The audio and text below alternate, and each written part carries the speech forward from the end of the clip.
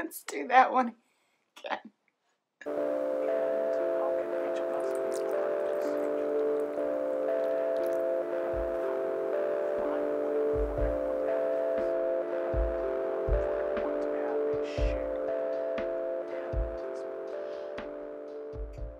Hello and welcome to another episode of Yarn to Table.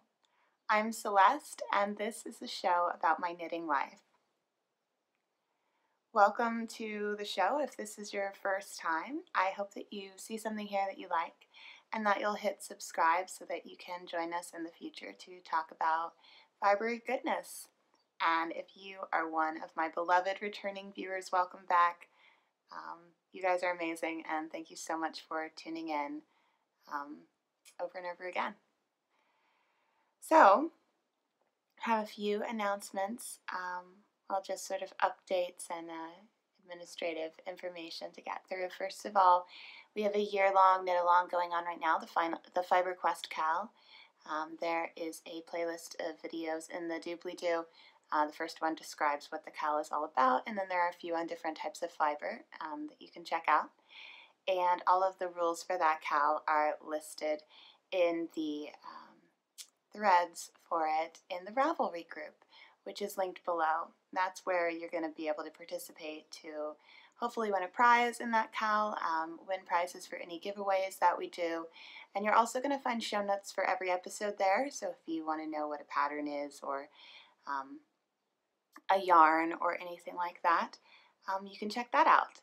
You can find me on Ravelry and Instagram as Celeste Full, and all of my project pages on Ravelry are up to date, so that's another place to go if you're curious what size needle, what type of yarn, modifications that I make are usually added there as well. And you can always feel free to ask me any other questions that you might have.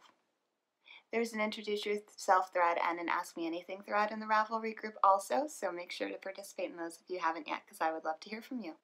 So for the Fiber Quest KAL, we are currently exploring the land of goats together. There are some really incredible goat fiber projects showing up on Instagram with the hashtag FiberQuestKal and in the chatter and FO threads on Yarn to Table, the Yarn to Table group on Ravelry.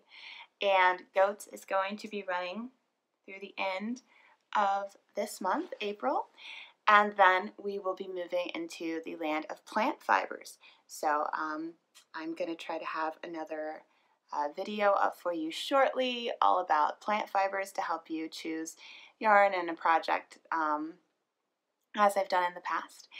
And that's going to be a lot of fun. I have a couple things in mind that I want to get working on with plant fibers, so hopefully I will be a better participant in the actual knitting portion of the KAL than I have been so far with my slightly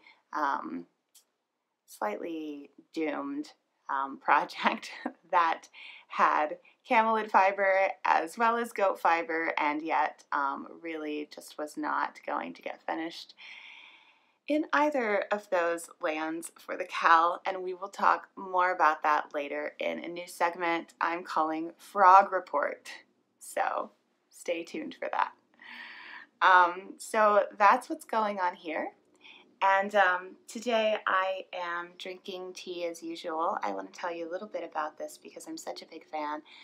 So the last few weeks I've had sore throats just off and on almost all the time, and I think it might be because the weather has been, well, first of all, extremely cold and snowy here for April, but also going back and forth a lot, freezing and then thawing and freezing and thawing. We have a lot of things in bloom, and so all of that is stuff that I think can give, you know, that kind of a symptom. I don't think I'm actually sick, although I tend to be a person who is in deep denial whenever I am sick, so possibly I am.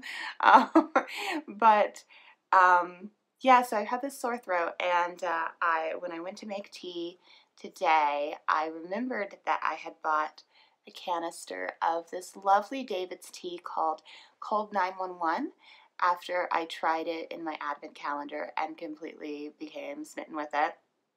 So basically it is just peppermint leaves, dried peppermint leaves, whole, big, beautiful dried juniper berries, and some sliced dried eucalyptus, just big old chunks of that in there.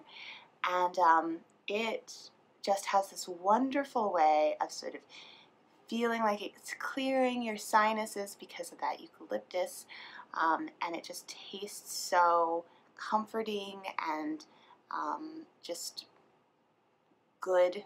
It's just full of lovely goodness. So I made myself some of that, and you know, it's definitely giving me that healing feeling that I would like. Now, ideally, I would have put honey in my tea. Usually, I don't drink it with anything, but for the sore throat, I would have liked to have put some honey in it. However, all of my honey is frozen right now. So if you don't know, our home was built in 1885. Which happens to be the same year that they travel back to in the third Back to the Future movie. So I'm fond of saying 1885, like Marty McFly does in that movie. But the point is that it can be a little drafty and it can get a little cold in the winter time here. And my honey, which I keep in a cabinet in my kitchen, as you do, usually is completely solid and crystallized by the end of the season, and it is now. The entire thing is just one big block, and it needs to be thawed. So I just haven't gotten around to doing that yet. I haven't found a great system for doing it. What I have tried in the past is taking it to work to microwave it, because I don't have a microwave here.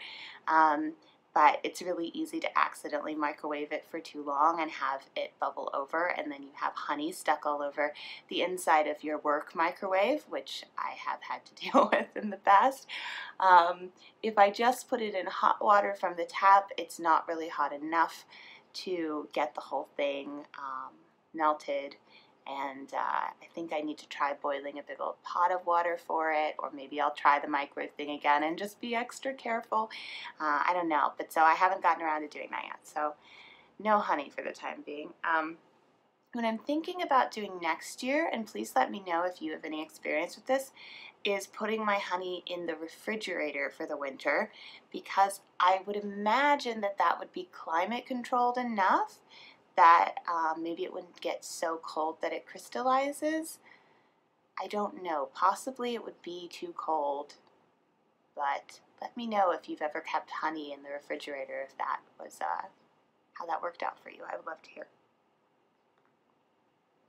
Okay, so now that we have talked about all of those things, let me go ahead and mention what I'm wearing today, which is my new FO. So this will be my FO segment.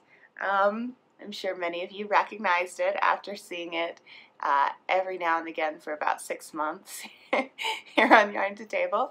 This is the Ebba, which is designed by Diana Walla, and it is a beautiful sort of modern interpretation of a classic Norwegian stranded sweater.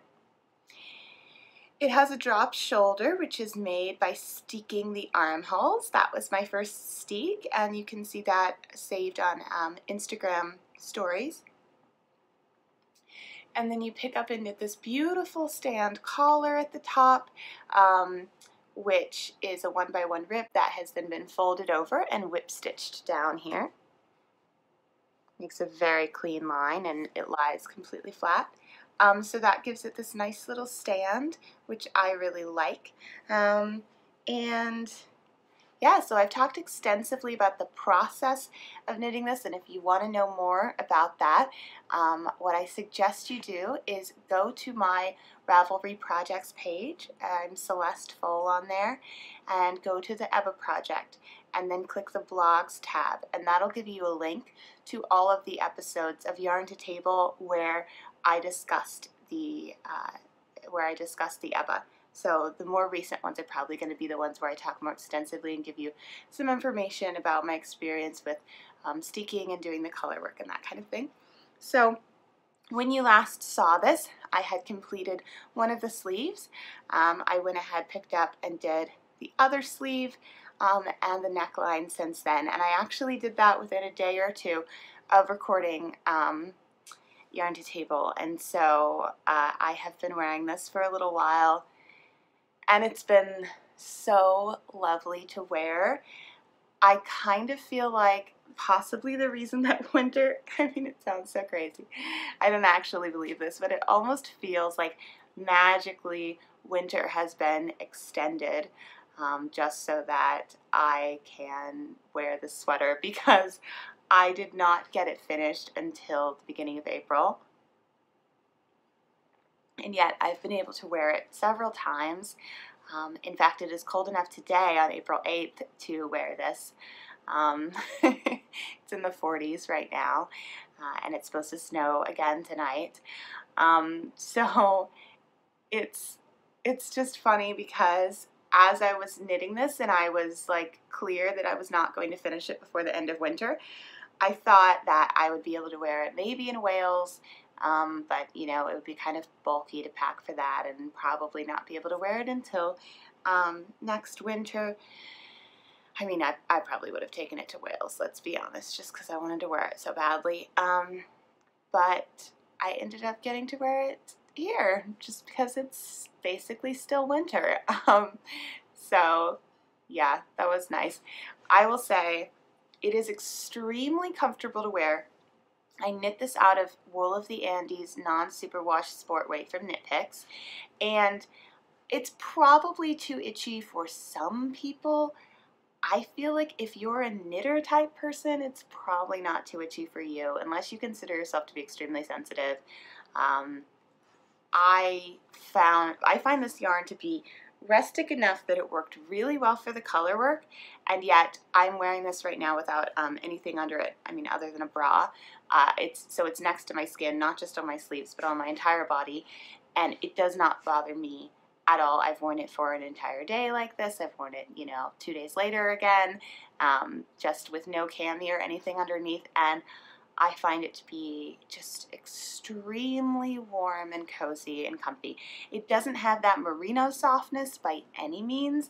I wouldn't necessarily call it soft. I would just say that it's not itchy, and it's extremely cozy. I think it softened up a little bit after blocking compared to in the skein, but that could be psychosomatic. It feels very similar, if not exactly the same, as it did in the skein. And I'm surprised by the fact that I'm still comfortable wearing it next to skin. In the skein, I kind of thought that I would have needed to put a cami underneath, but it's actually just been extremely comfortable to wear. So that is nice. And then just the boxiness of it, I knit it a little bit oversized, accidentally. First, I talked about this in the past. Maybe it was just on Instagram, but how I've kind of come to terms with the fact that I need to stop selecting the large size or the size based on my bust measurement, and I need to knit mediums, and just recognize that I'm going to have less positive ease across the bust because of my body type. So I knit this in the large size, so it's, you know, already going to have a bit of an oversized fit on me, and then I accidentally, I think during the waist shaping I must have increased again or something, but by the time I got up to the chart, I had like an extra, I want to say like a full 2 inches in circumference, like an inch on the front and an inch on the back. So a lot, I had a lot, and I just changed up how the chart was oriented to make it centered, and just went with it. Yeah, so this is a more oversized fit than this sweater was designed to have. But I actually am like, at first I was disappointed, now I'm super into it, because with the drop shoulder and with the classic sort of X's and flowers motif that it has, it's giving me a total like vintage 1980s sweater feeling, and there's just something really nice about that. It just feels really, really easy, and just extremely cozy. So it was a happy mistake, I guess, in the end. So that's my Ebba, and let's move along to talk about my works in progress. So I don't have anything new to share with you in works in progress, but I do have progress to share. So the first one is in my lovely La Bien-Aimée tote. I love this tote so much that I purchased it from La Bien-Aimée online, and I ended up buying some yarn from them kind of just because I was like, the tote was what got me. The tote was what I wanted that time, and I was like, well, let me try some new yarn. And that yarn, actually this here, which I will share about a little bit later, ended up being different than what I thought, and then I had to come up with a project for it, which is where I came up with the Laurel-y, which I have now frogged. But don't worry, I have a plan for the yarn, another plan that I think might work. So this tote is something I love so much that it kind of got me into trouble with the yarn. But anyway, what's living in it right now is the Guernsey wrap, which is it by Jared Flood? No. Yes, it is by Jared Flood of Brooklyn Tweed, and I'm knitting it out of Brooklyn Tweed Arbor, which is their DK weight, and it's their non-tweedy yarn. It's made with just Targhee. I believe that's right. It might be just Columbia. Their tweeds are made with a Columbia Targhee blend, and I believe this is just Targhee. I will actually know more about this after I do the research for the Land of Wool later in the year. But so this is just a very simple knit and purl texture, big old wrap.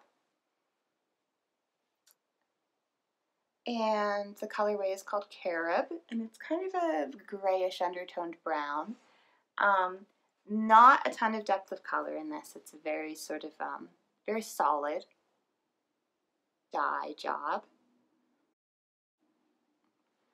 And this is just a really nice knit that is kind of mindless, but interesting enough. So some of you will know that I picked it up when I was, you know, struggling with just sort of my my brain just being kind of overstimulated by school and everything else that I have going on, and I was not finding as much time for knitting, and I wanted something like this, and it definitely helped. I will say, as an update now, I'm still not up to my 2017 level of how much knitting I'm doing every day. I feel like I'm just as obsessed, but I'm spending less time actually knitting. There are some days where I won't knit, or I'll maybe knit a row. And I think it has less to do with how excited I am and just more to do with my other responsibilities and those taking precedent. So, but I'm definitely in a better place with it than I was just after the new year when I talked about my kind of slump or rut that I was in.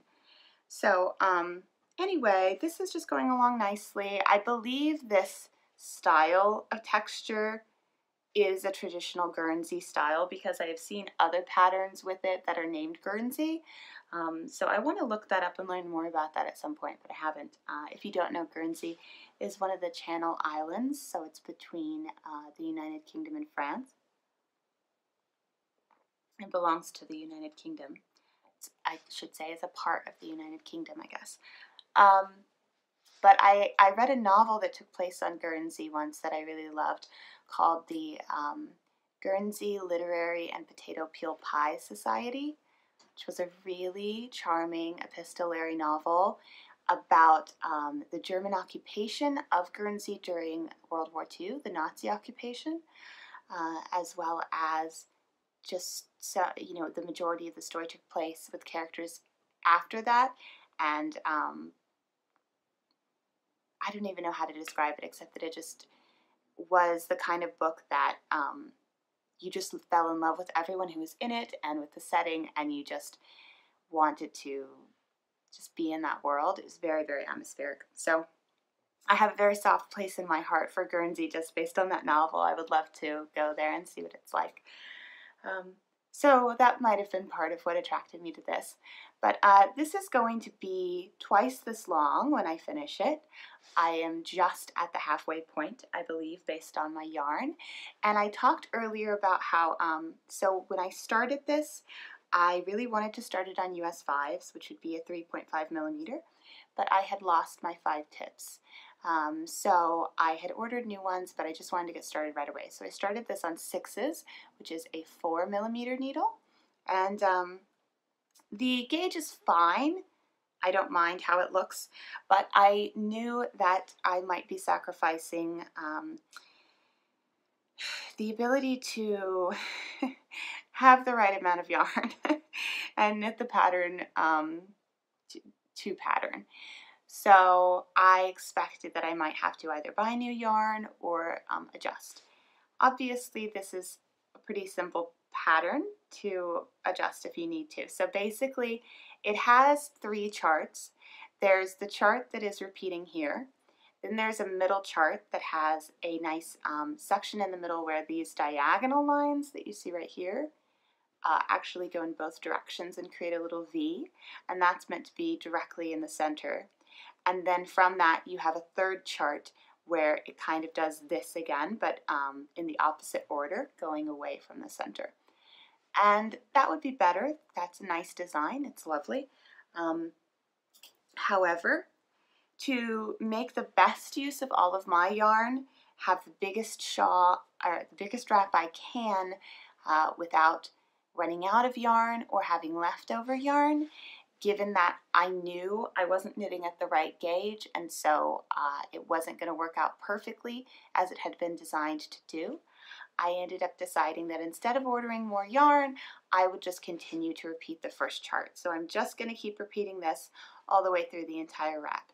It will be almost the same as the wrap was designed, with just a slight thing that makes it, yeah, not quite as beautiful, but just fine, I think. And I would prefer to just kind of do right by my yarn purchase with this particular project rather than getting caught up in making it be exactly how it was designed to be.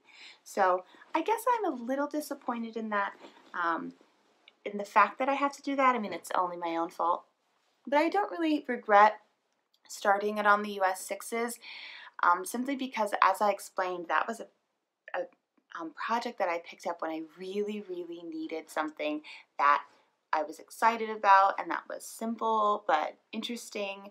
And so waiting for those needle tips to be delivered, even though it was only going to take a couple days, at the time I felt like what I really needed was to just start. And I think that that is what I needed, and I think that that was more important than making the pattern exactly as it was designed to be. This is one of those things where I noticed that at the end of the day, I really am a process over product knitter, almost always. And certainly in certain projects like that one, where it was really about what I needed as a knitter and not what would be best for the finished item. So yeah, the more you learn about yourself, I think the more you can make those decisions and feel good about them, because you understand where your impulses are coming from, and you don't feel that you have to apologize for the way that you want to do things, because you recognize that it's just your way of doing things and it's your particular values and priorities, and that's okay that it's different from how other knitters do it. So yeah, that's something that I feel like I'm getting better at. My next whip I'm extremely excited about, and it's living in my new Peapods thread bag that I shared last week with these beautiful little goats and sweet little cardinals somewhere. Here they are, little cardinals and pine trees. It's lined in this beautiful green fabric. It has a little pocket there. And my little cedar sachet in here. And this is the Kirigami, which is also a Brooklyn tweed pattern, and I am also using arbor for it. I started these both about the same time. I ordered the arbor together, and funnily enough, I had never used arbor before, but I'm very into it. And so this is what the sweater is going to look like. It's going to have this lovely texture at the yoke. And I'm using this beautiful deep red color, which is called Vintner. Can you tell that I like knitting sweaters in red? That's something I know about myself. I don't necessarily choose red much for other items, but when I'm dressing, I like to wear red, and particularly near my face. So I've been gravitating toward it. Let's see. So I finished the body. This is knit bottom up. Then when you get to the underarms, you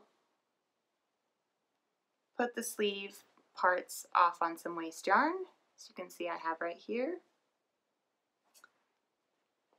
And this is the body all the way up to the underarms. And then at that point, you move on to knitting the sleeves from the cuff up.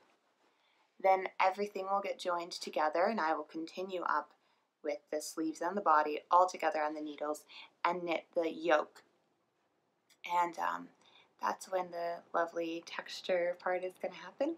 And then that, basically that'll all be done in one piece, and no seaming, nothing like that.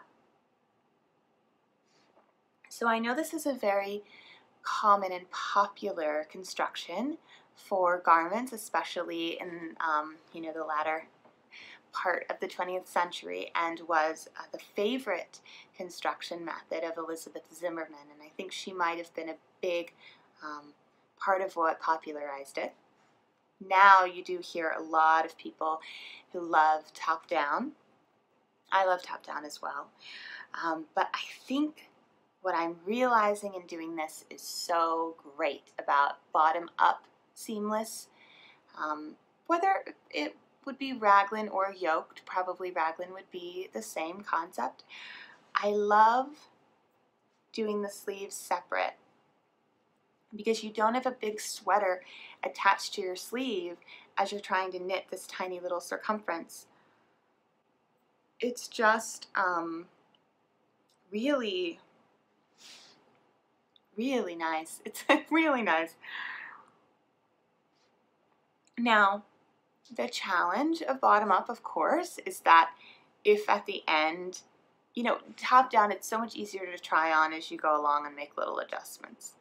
And that's certainly, there's a place for that. That's a huge advantage. I think that if you have enough experience to know your measurements, and if you are following a pattern you can trust and you've checked your gauge and all of that, I don't see why you shouldn't be able to do a good job of fitting a sweater from the bottom up.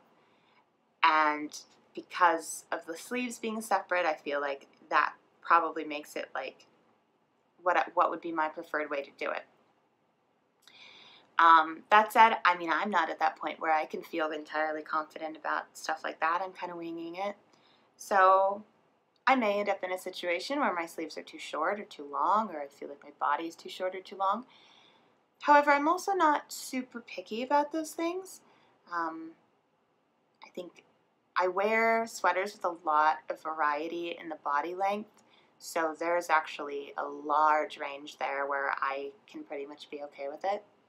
And with the sleeves, it's a little bit more difficult. I usually have a length that I would prefer them to be, but you can always cut in and extend them if you need, cut in and bind off to shorten them if you need. You know, there are little things you can do. And I'm not so picky that, like with these sleeves, they're sort of here, which is nice, especially for how it's such a cozy fit. But if they were here, I feel like I would be fine with that too. I really have this range where I'm pretty much going to be good with it. The only thing that would be bad is if it were really, really long, or like really, well, even here is like a bracelet length, so depending on the sweater, like I would probably be fine with that even too. So there's really just like a couple places where the sleeve is going to be awkward. So part of it is just knowing yourself and how picky you are and how much control you want to have over these things. But yeah, I'm very excited about knitting these sleeves by themselves. I have knit sleeves separately before on my first sweater actually, which was a drop shoulder sweater that had the sleeves seamed, which I liked a lot. I really don't mind seams that much, especially not for just a drop shoulder. It's so simple. It's a short way around and there's no setting in the sleeve with like a particular shape, so I didn't mind that at all. And I also know of people who will knit a sweater bottom down and then still knit the sleeves separately, cuff up, and then join everything with Kitchener. So I think that's a really good way to kind of get the best of both worlds as well. You have to be kind of comfortable with Kitchener stitch, but I think if you've knit a lot of cuff down socks, you probably are comfortable with it. I believe Anna of Dunkelgrün recently did a sweater that way, and you could not tell at all. It looked completely seamless. So yeah, there's just, I love that about knitting, that there are so many different ways to do it. So anyway, I'm working on this. You may have noticed I'm doing it on a 12-inch circular. I did just order this to try this out for this project before I have done Magic Loop, which I don't love for sleeves because it's just a little bit too big, too wide a circumference for me to be totally comfortable. I've done double pointed, which I don't mind much, but I thought I would give it a go because so many people love this. Now, you may remember that I've tried 9-inch circulars for socks in the past, and I did not like that at all. I found it to be extremely uncomfortable, and it messed up my gauge. I was told, because I used Haya sharps, that I should try the 9-inch circulars from ChalGu, which is in fact my favorite needle brand, because they have a slightly longer needle on their 9-inch circulars. So when it came time to try the 12-inch for a sleeve, I thought, well, obviously I'm getting ChalGu, and I probably would have anyway because the Haya ship has sailed for me. They're not my favorites. I love ChalGu. So I did that.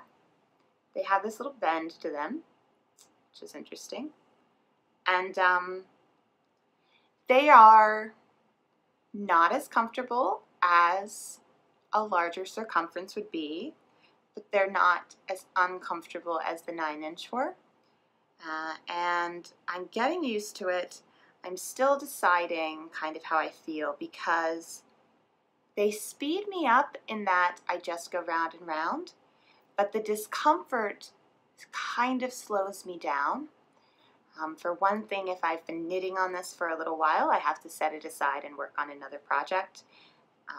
So I can't be as monogamous with just like getting that sleeve done. And also, just as I'm knitting, I'm sort of stopping every now and then just to kind of stretch my hand a little bit. And so I kind of wonder if I'm actually, I kind of suspect that I'm actually not going any faster, which would be the point. The point would be to go faster, to have a more enjoyable knitting experience. Those are really why we choose the methods we choose. So by the time I've knit both sleeves, I will probably know for sure if I'm sold. Maybe I will have gotten used to it, changed slight things about how I hold the needles to make it more ergonomic. We'll see. If I haven't, then I'll just go back to double points and I'm fine with that. But I do want to get through both sleeves doing it this way. For one thing, because if I switch, I might have a different gauge. And for another thing, I really want to give it a proper trial, and I think doing both sleeves will be a long enough time that I can really make that judgment about whether or not it's for me. So that's what's going on there. And my last whip is just a little progress I've made on this lovely baby here. Love those pins. And this is the Sunset Highway by Caitlin Hunter. And this is my Return to Stars Hollow knitting. So I only knit on it when I record that. So I've knit a few more hours worth of work since you last saw it. I have completed the contrast color 1 portion, and these little bits here are actually with the next contrast color, so you can't really see it in the knitting, but that is the Ice Mill Snow from Stress Knits. So that's very exciting. I'm going to get to see that come to life tomorrow when we have our next recording session. I have this little donut I'm here for now because that reminds me of Gilmore Girls, of course. And my Pop-Tarts and Coffee Progress Keeper is actually on my Guernsey wrap at the moment. Although, when I finish the Guernsey wrap, that'll probably be going on here. So yeah, this is not much to say about this that I haven't already said. My tension is kind of screwed up. I'm hoping that's going to come out in the blocking. I also think that it is mostly screwed up because I had to do a lot of magic loop for most of this because the circumference was so small. Now that I'm out of the woods on magic loop, I think that my tension is a lot better. So hopefully if there is any puckering after blocking, it'll just be at the very top. This would be another good use for using like 12-inch circulars, because magic loop is not super comfortable, again, for me because it's so wide. It's not super comfortable to do the color work that way. And double points, it's really too wide for me to feel comfortable on double points. I don't love the long double points, and I don't really, I don't really love that. I've used double points before for the brim of a hat or the neckline of a sweater, anything along this size, and it's not my favorite. So it might be another good use for the 12-inch circulars if I come across needing that at some point. I also think they'd be really lovely to just do like a whole baby hat like that. You'd probably have to switch to double points at the end, but it'd be nice to just go round and round. I love the idea of doing that. I guess the way I grip the needles just makes it a little difficult. So I would like to be sold on them. I would like to have that work out for me. My floats on this are not as pretty as they are on the Ebba. I'll be honest, I was being more careful on the Ebba. I was making certain to catch floats on the Ebba. On this one, you can see I have these sort of longer floats where, well, actually, I did catch here. But, yeah, this last row between here and here, I didn't catch. So I have this big ol' float. If it were an all over color work, I wouldn't really want the floats to be that long, but because it's just for the yoke and the elbows, I don't know. I'll probably want to catch them in the elbows because I'll be sticking my hands through and I don't want my fingers to get caught.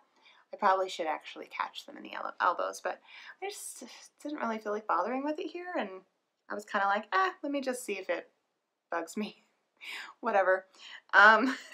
So yeah, so I'm not doing that.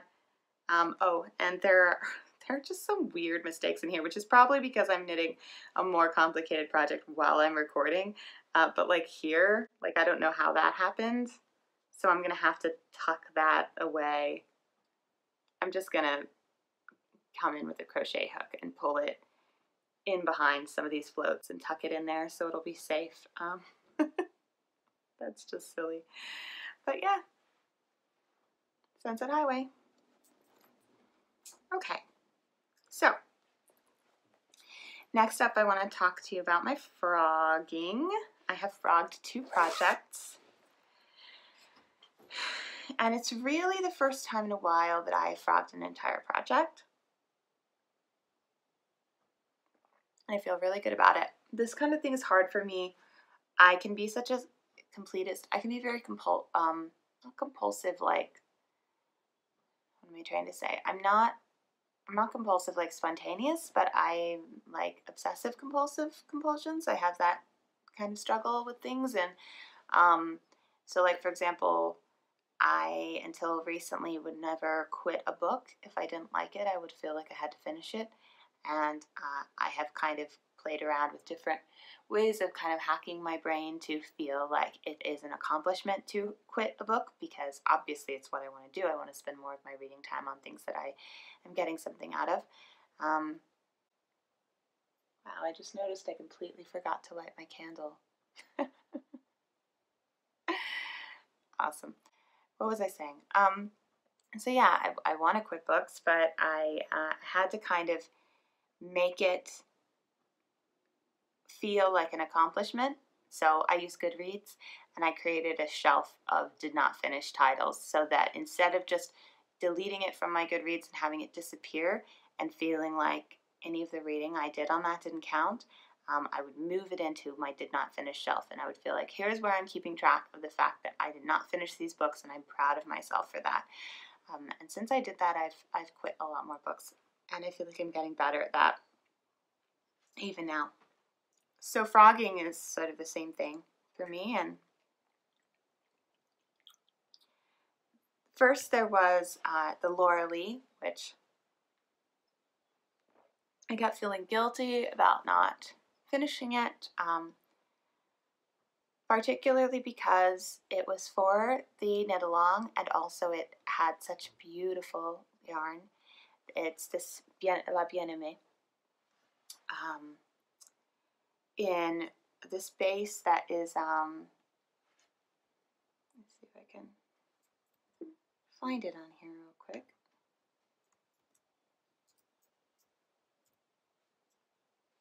Allure. It's her Allure base, which is an alpaca silk cashmere.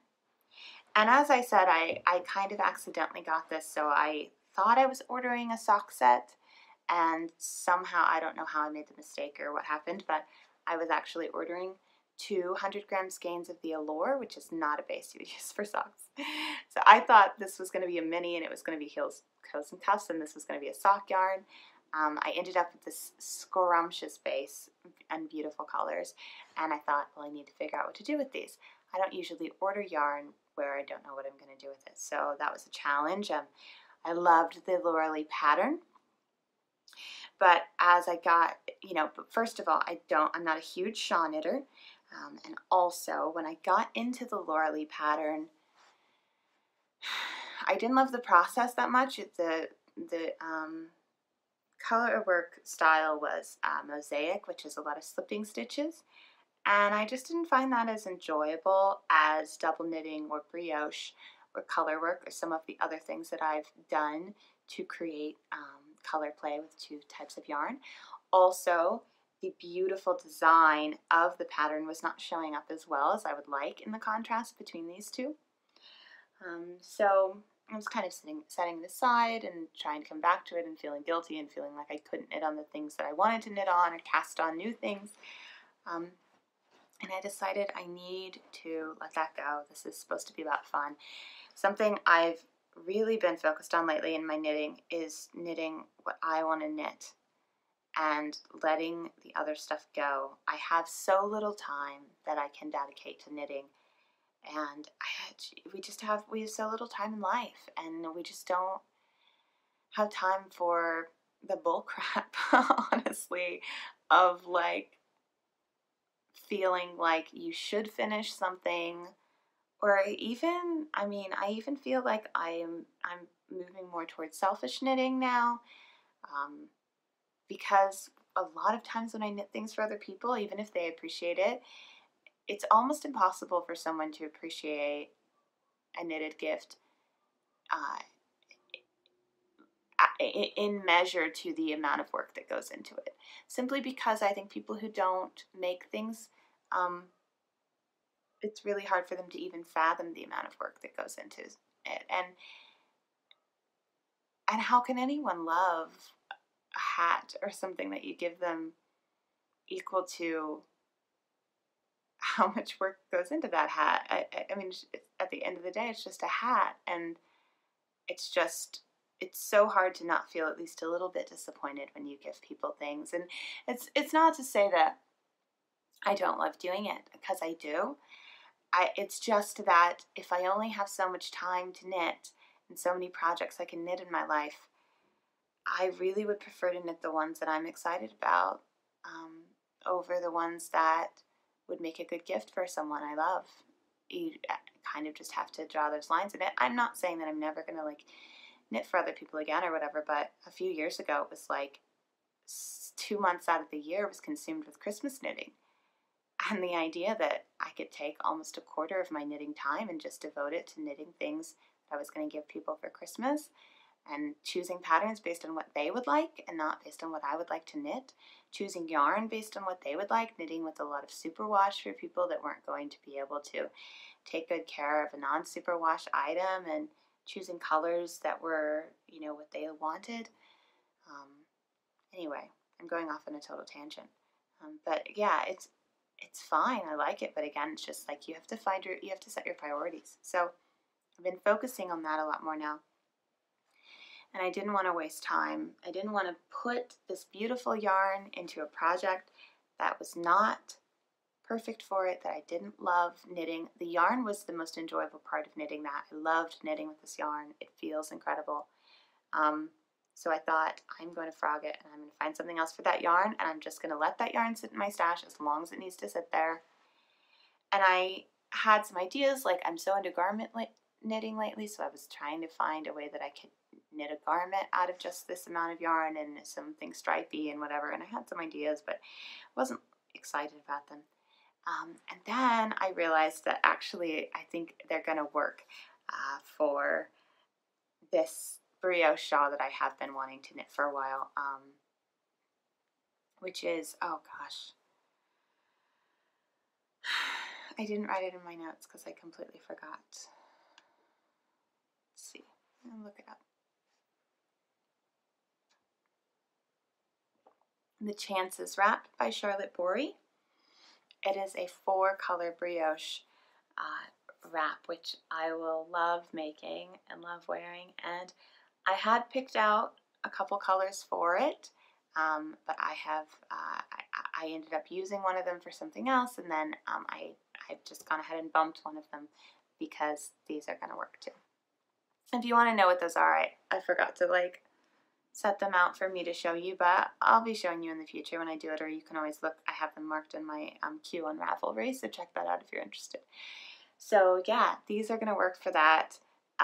It will involve mixing different bases, and that was part of what was holding me up, and part of what was so hard about figuring out how to use these yarns in the first place is ideally with such a special base, I would want to use these just together and not mix bases.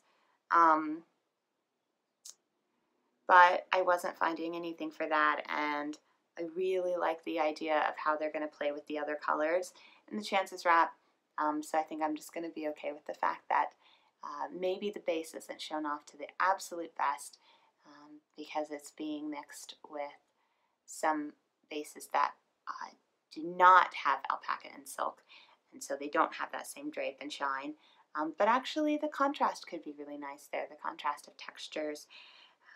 And, the drape doesn't make a ton of sense for brioche, but drape is really just one of the lovely qualities about this yarn. The sheen and the way that it feels to the touch, and the little bit of a halo that it has are all also lovely things that alpaca is bringing to the table. So while I can't say that my #1 recommendation for how to use alpaca would be to mix it with wool yarn and do a brioche shawl, I do think that in my circumstances, trying to give these yarns a good home and knit something that makes me really happy, I think that I've found a really good solution. So I'm excited about that.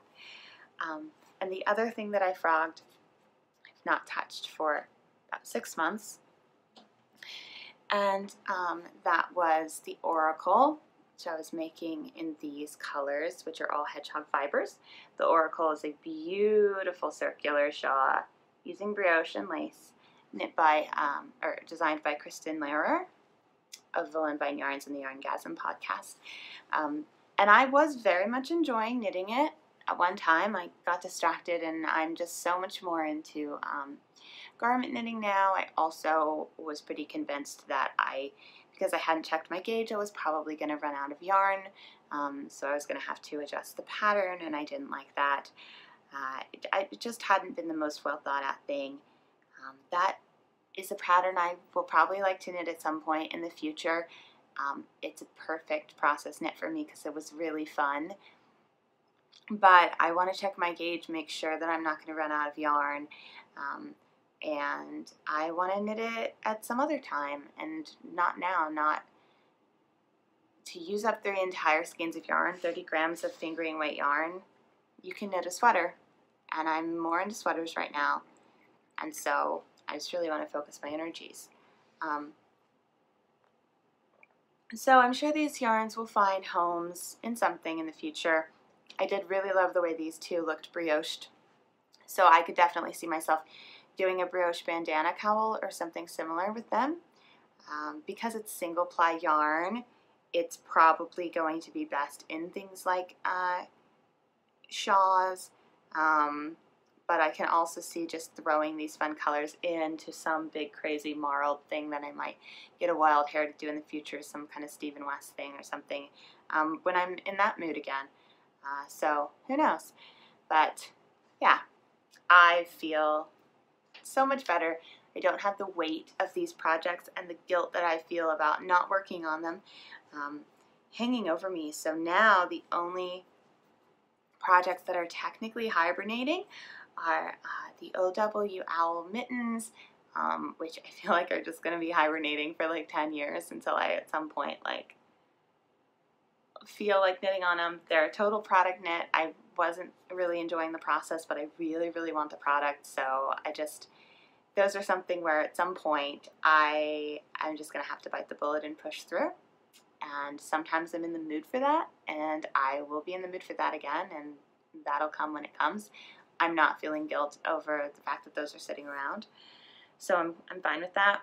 And then the other one that I have marked as hibernating, it's really not even hibernating technically. It's just I had done gauge swatches, and I had cast on and knit like maybe 2 rounds, and the whole gauge situation was not working. It's the wispy cardigan, and I couldn't figure out what I wanted to do, and then I ended up setting it aside because it really wasn't the right season. And you know, I'll get back to that at some point, but it's almost more of like a thing that's in my queue than it is a real hibernating whip. I have it marked as a hibernating whip on Ravelry just because I had marked it as cast on, and it's just easier to like, yeah, whatever. That's what that is.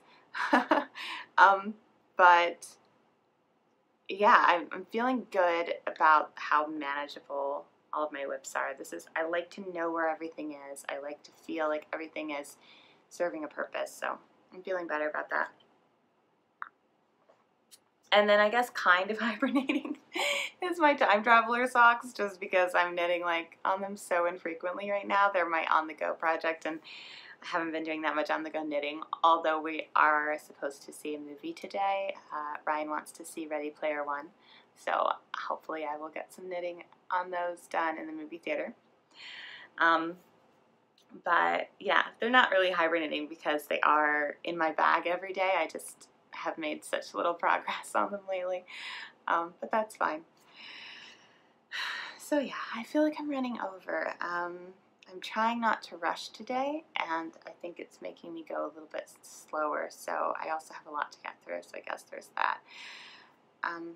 But let's see, so we talked about frogging. On the horizon, I don't have anything in particular that I haven't already talked about, so Yeah. And then stash enhancement, I have a couple things to share. First of all, you may have seen on Instagram, I got a lovely donation from Mad Fuzzy Yarn Co. So Marta, who is the owner and dyer behind Mad Fuzzy, contacted me on Instagram. Hi Marta, thank you so much for the beautiful yarn.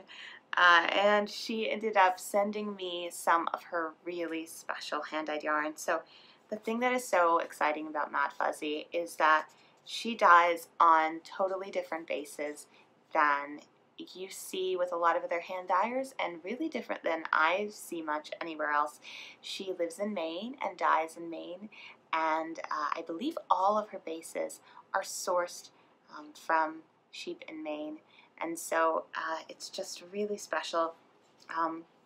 And because they are breed-based yarn but not merino, it makes for the absolute perfect prize later this year for the Anything But Merino portion of the Fiber Quest KAL, which is when we're going to be knitting with wool that's from a specific breed, not merino. So this is going to be the prize later. This is a little set she did with a mini skein. This is a 30-gram mini skein and then a 70-gram. So it's 100 in all. And this is called her Ancient Jewels sock set. That's the colorway. And this base is her pure fuzzy base, which is 100% East Frisian wool. It is a gorgeous little 2-ply, and it has a lovely rustic feel to it. I would say in softness it's similar to this Wool of the Andes that I was just talking about for the sweater, where it's rustic but you know, not crazy soft, but it's not too itchy for next to skin. Again, that totally depends on your personal preference, but even I would say a hat, yeah, I think I would be fine with this. Yeah, I would be fine with this on my hairline. So it's that perfect kind of yarn that is real and rustic, and it doesn't have the waxiness of a superwash, and it feels sturdier than a merino, but it's not itchy. So it's just really, really, really lovely stuff. So that is going to be the prize for, I think it is September, October, I think is when we're going to be, is when we're going to be doing that. So look forward to that. And she also sent me a little gift for myself, which is the colorway Preppy Handbook. Obviously the pink and the sparkles are so, the pink and the speckles are so up my alley. And it's funny because Preppy Handbook is a reference to an old, I think it was kind of meant to be satirical. I've actually read this book and I forget now, but I think it was originally even meant to be satirical, sort of handbook of like how to be a prep from I think the 1970s. I read it a long time ago, so I could be totally wrong, but I thought that was so funny that it was a reference that I actually like knew.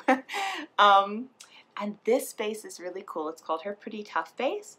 So it's 80% of the East Frisian wool and then 20% Starfire nylon, which is a type of nylon that is a little bit sparkly. So it has a very subtle shimmer to it, which you can see it is not as over-the-top sparkly as Stellina. But what I really like about it is that it doesn't have all of those Stellina fibers coming out, sticking out all over the place, which you can find on a lot of bases, and especially when the dye process has been kind of harsh and it's broken the Stellina even more. That's a problem that I find with a lot of Stellina yarn, and it steers me away from Stellina a lot of times, even though I do like sparkle. So yeah, this is just really special stuff, and I'm not certain what I'm going to do with it, but I am thinking that it might make a really nice yoke on a Zweig cardigan by, pullover, by Caitlin Hunter, which is the one that has a cool sort of lace yoke and then a bit of color work, and it's most people do it in a contrasting color, so I could definitely see this as the yoke and probably a nice brown maybe even a tweed, like I'm thinking like a Brooklyn tweed arbor for the rest of the sweater. I would really like that. So maybe that will be what I work on when we do our Land of Wool Anything But Merino later on in the FiberQuest KAL.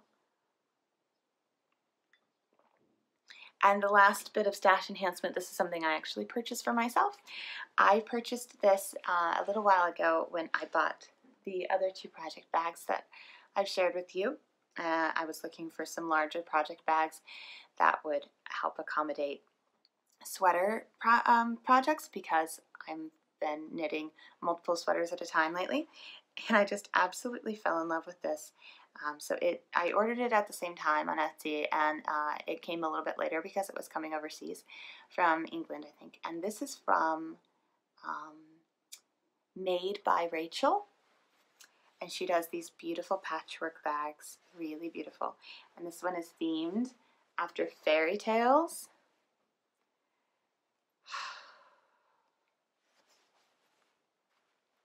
Here's the back. She has a similar one to this, I believe, still up in her shop now, with similar fabrics but in slightly different combinations. Look at the little Rapunzel there. I mean, the more you look at it, the more details you see. And they're all such lovely symbols for me. These pine trees I've talked about in the past is like a symbol for me and Ryan. And the roses. And I love these strawberries. I had a strawberry patch when I was a kid, so I just love that. This little princess or queen sleeping among her blueberries. So cute. I love this little flag here. And obviously the color is totally my thing. And it's just lined in white and has a little, so it can stand up a little bit better. And this is really nice. I like pockets sometimes, but I really dislike when there are big pockets that are easy to get things caught on when you're trying to put things back in your bag. So sometimes I really, really appreciate a project bag that doesn't have any frills on the inside. This says corduroy on the bottom. It's just really lovely. So I think I am totally set for project bags now, and it feels good to not be kind of scrounging around and using bags that aren't the right size. They're too small mainly, or just having to use a random like canvas tote that I use for groceries and for hauling books to half-price books and things like that. I would have to bring those in for the larger projects when I wouldn't have good project bags. So this makes me really happy, and I feel like I'm totally set now on that, so that's good. So now that it looks like I've been recording for about an hour, so I don't want to keep you very long. Let's just have a quick chit-chat segment, and I'm going to knit on my sleeve. So I think it's been a while since I've chatted about what's going on in my life, so I just want to catch you guys up on that. Mostly it's been a lot of struggling to make sure that I'm making enough time for the schoolwork that I need to be doing. But I've been getting better about making appointments with myself. I wrote recently, I went to a coffee shop, I think it was last weekend, and I sort of just sat there for, it was 6 hours? It was 6 hours, and got 10 pages of my manuscript written. And like, that's sort of how I have to do things like this, is just carve out these chunks. I can do a little bit here and there, and that helps. But for some of the stuff, some of the bigger things, it really helps me to just schedule, make room for it, carve it out, and schedule like a big chunk of time to work on it. So that's been going better. I have my next packet due on Monday, well, I guess tomorrow, but I finished all my work for it. I actually finished it before the weekend because I really wanted to prioritize spending time with Ryan this weekend. So I was able to get all of that done, and I felt really good. And I just have one more packet in a month, and then I'll be prepping for residency and for Wales, and I'll basically be halfway through my program, which is really incredible. One more year after that. So there's that. That's been most of my everyday life, and as I said, I wanted to spend a lot of time with Ryan this weekend. So yesterday I actually planned a special day for us. He's been wanting to go back to this lovely Italian place.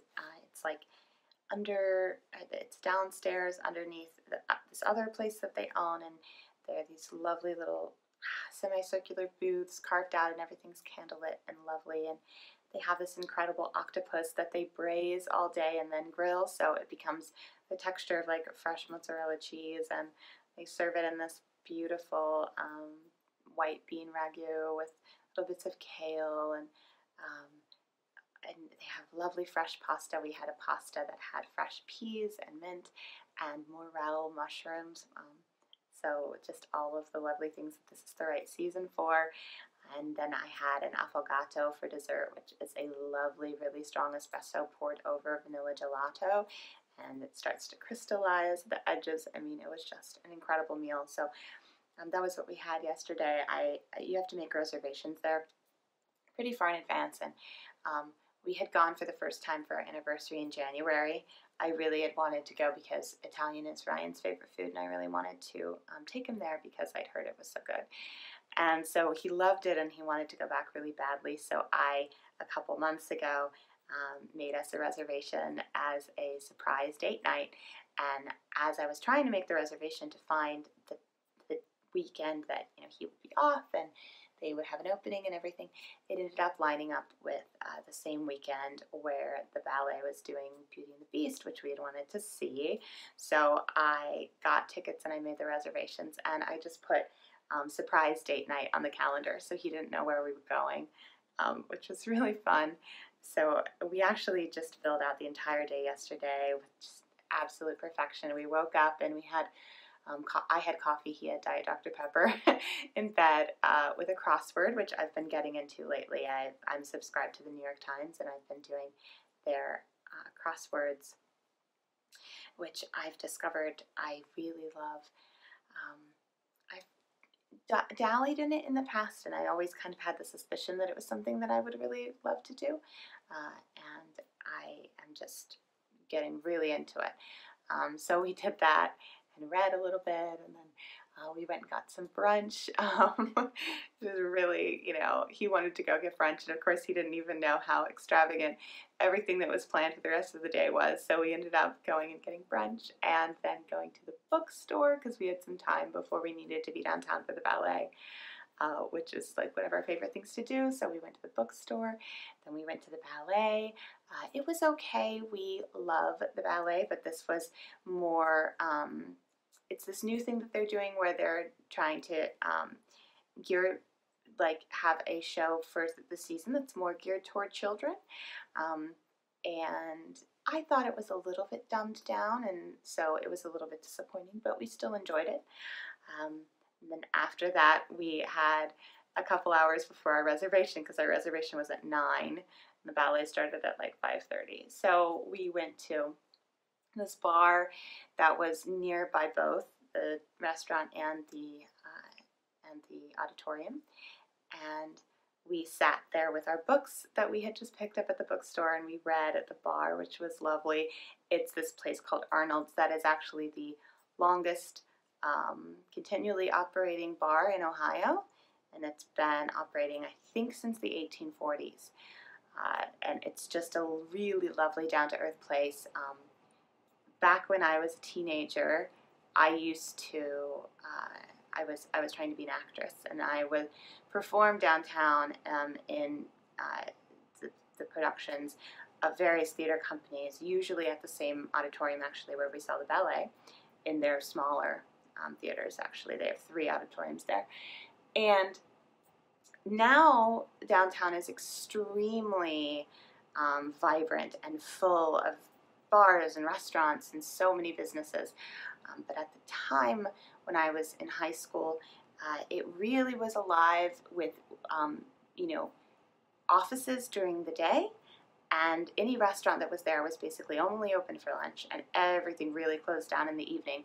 So I would perform, and then after the performance there would really be nowhere that we could go to eat or celebrate, or for the adults to have something to drink, except for Arnold's. And Arnold's was always there. It was right by where we were, and it's just so nice to me to think that it has been there since the 1840s. It has been the place that people could go, and it was the only place that I could go back when I was acting, and now it is still there, and it's a place that we can go when we need, like, shelter in the storm, when we have a couple hours between a show and dinner, and it's freezing outside even though it's April, and we want somewhere to just sit with our books and have a drink and be comfortable and cozy. So that was really lovely. And then we had the meal, which I already told you, it's like so delicious. So just a really full day of spending time with each other and just enjoying all of our favorite things. Food and ballet and books are pretty much there at the top of our favorite things. So it was just a perfect day. It was so special, and it's funny because it wasn't Valentine's Day or an anniversary or birthday, and we weren't on vacation. It just had happened that I was trying to plan something special for him, and it lined up with something else we wanted to do, and it just became this thing where it just became like a spontaneous, really special day, as if we were on vacation or something. And thought it was so nice that I think because it wasn't an anniversary or a birthday or something, there wasn't pressure to make it perfect, and so it could just be spontaneous, and it could become, it had the room to just be everything that we wanted it to be, and he had no expectation of what we were doing, and I think there's just something so nice about kind of going all in and celebrating life on a random day. I'd never really done anything like that before, and you know, it's not the kind of thing you can do every day. Certainly we can't afford to have brunch and nice dinner and go to the ballet and go to the bookstore all on the same day ordinarily. But right now we're in a place in our lives where Ryan and I are working different shifts. He's working second shift at the hospital, so I leave in the morning when he's still in bed, and I'm usually asleep when he gets home, and the only time that we have together is when he's off work, which is not even every weekend. It's 2 out of 3 weekends, and then the occasional evenings when he has a weekday off, and we can be together when I get home from work.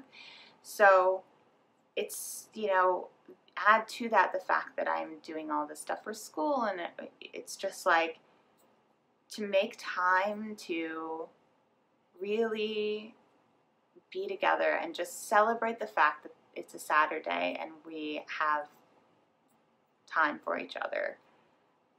It was just really, really special. So, yeah, it just worked out beautifully, and it was really lovely. So I would say I recommend, if you can, it can be small, it can be big, it can be whatever you want. It can be a little picnic, you can go to a museum, it can be something that's free, it can be an expensive dinner. But if you have someone in your life that you know, you love to spend time with, maybe it's your partner, maybe it's your parent, maybe it's a friend, plan something special as a surprise for them on a random day, because there's nothing that they will expect, and it can be really great. So it certainly was for us. I enjoyed it. So that brings me to the end for this episode.